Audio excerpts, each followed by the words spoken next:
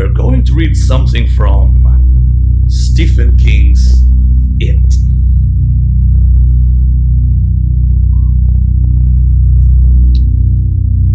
Hiya, Georgie, it said. Georgie blinked and looked again. He could barely credit what he saw.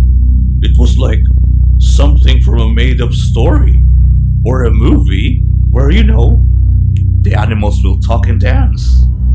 If he had been 10 years older, he would not have believed what he was seeing. But he was not 16. He was 6.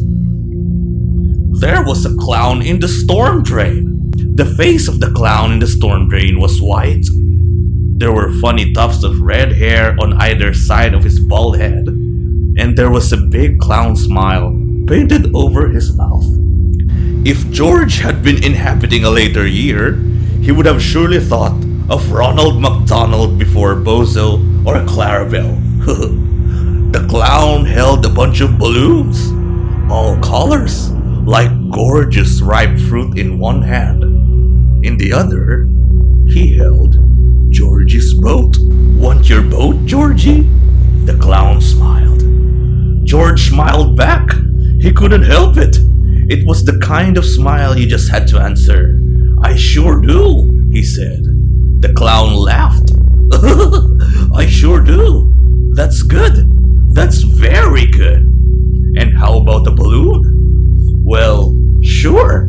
He reached forward and then drew his hand reluctantly back. I'm not supposed to take stuff from strangers. My dad said so. Very wise of your dad, the clown in the storm drain said, smiling. How? George wondered. Could I have thought his eyes were yellow?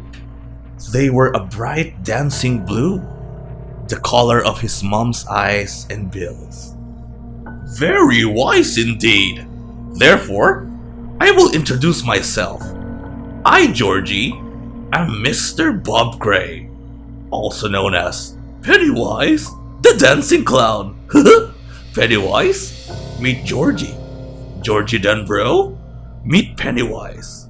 And now we know each other. I'm not a stranger to you, and you're not a stranger to me. Correct? Georgie giggled. I guess so. He reached forward again and drew his hand back. How did you get down there? Storm just blew me away, Pennywise the dancing clown said. It blew the whole circus away. Can you smell the circus, Georgie? George leaned forward. Suddenly, he could smell peanuts. Hot, roasted peanuts. And vinegar. The white kind you put on your French fries through a hole in the cup. He could smell the cotton candy and frying doughboys and the faint but thunderous odor of wild animal shit. He could smell the cheery aroma of Midway sawdust and yet under it all was the smell of flood and decomposing leaves and dark storm drain shadows. That smell was wet and rotten. The cellar smell. But the other smells were stronger. You bet I can smell it, he said. Want your boat, Georgie? Pennywise asked. I only repeat myself because you really do not seem that eager. He held it up, smiling. He was wearing a baggy silk suit with great big orange buttons.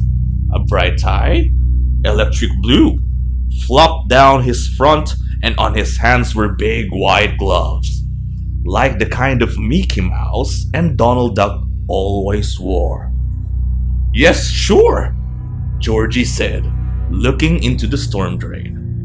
And the balloon? I've got red and green and yellow and blue.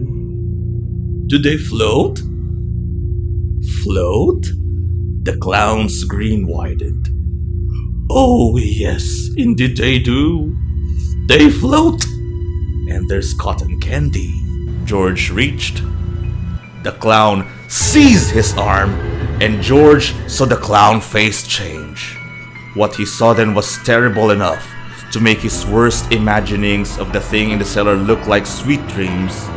What he saw destroyed his sanity in one cloning stroke.